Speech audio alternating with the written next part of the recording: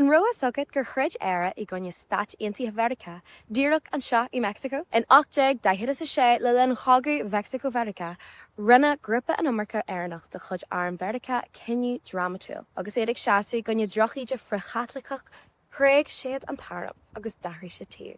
Tugadh Los San Patricios orthu. Caithleán níomh Padraig. Fuoi cheannas John Riley as chundé na gaillimhe chrid an caithleán in éanacht le fórsaí Meicsiceo. I gas go leor acu ní faoi foileatíocht amháin a bhí sé. Bhain sé le creidú, finúlacht agus díoltú trid I gonne náisiún Catholicí eile. Nuair a chail Meicsiceo an cagaidh góú go leor den na San Patricios.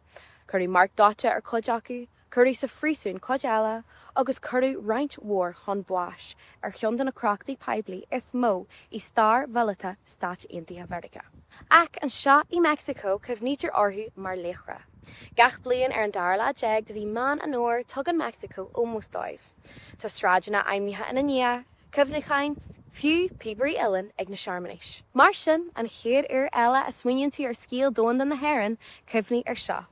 Cruthaíodh ceann na Cangel is ládra idir Éire agus Meicsiceo ar farchatha. Is me se Laura Heeney I Meicsiceo don Irish News.